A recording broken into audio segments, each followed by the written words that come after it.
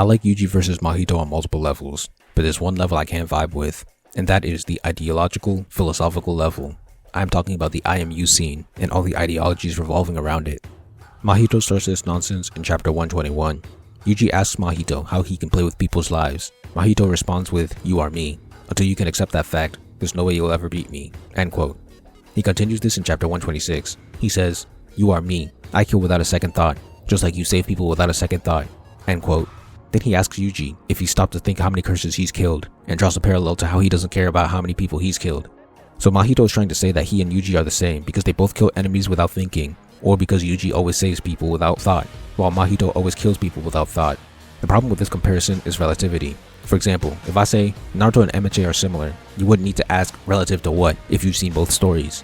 Relative to all stories and franchises, Naruto and MHA are the most similar in many elements, with the exception of Black Clover. The amount of similarities is so obvious that you don't need to ask for relativity. But if I said One Piece and Berserk are similar, now you'd need to ask relative to what?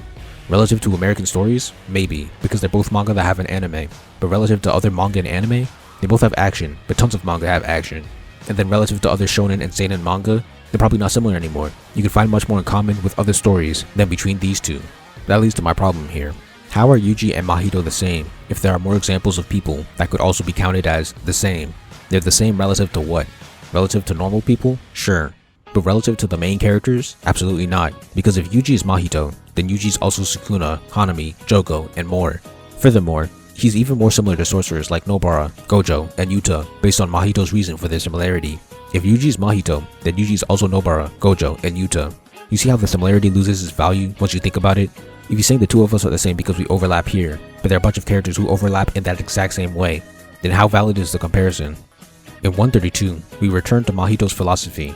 Now, Yuji says, "I'm you." The fact that Mahito said that he couldn't beat him until he realized that fact led to cool synthesis.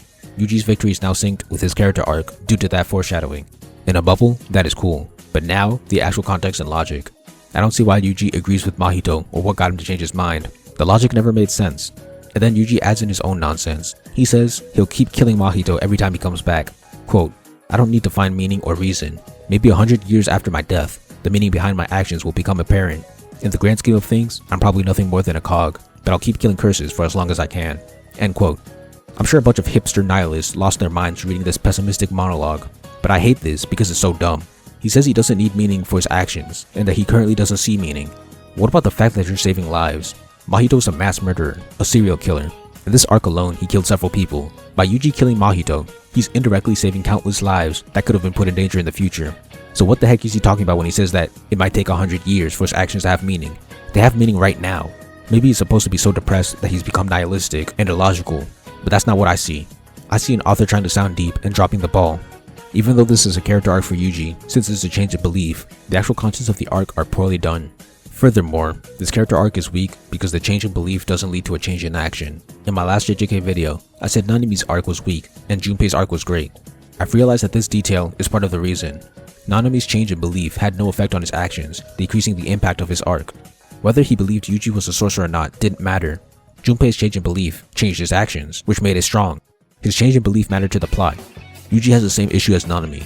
If Yuji continued to believe that he and Mahito weren't the same, what difference would that make in the story?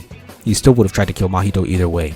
All of this stings even more when I consider the fact that JJK is in the battle genre, a genre that has had multiple examples of interesting ideologies and ideological battles.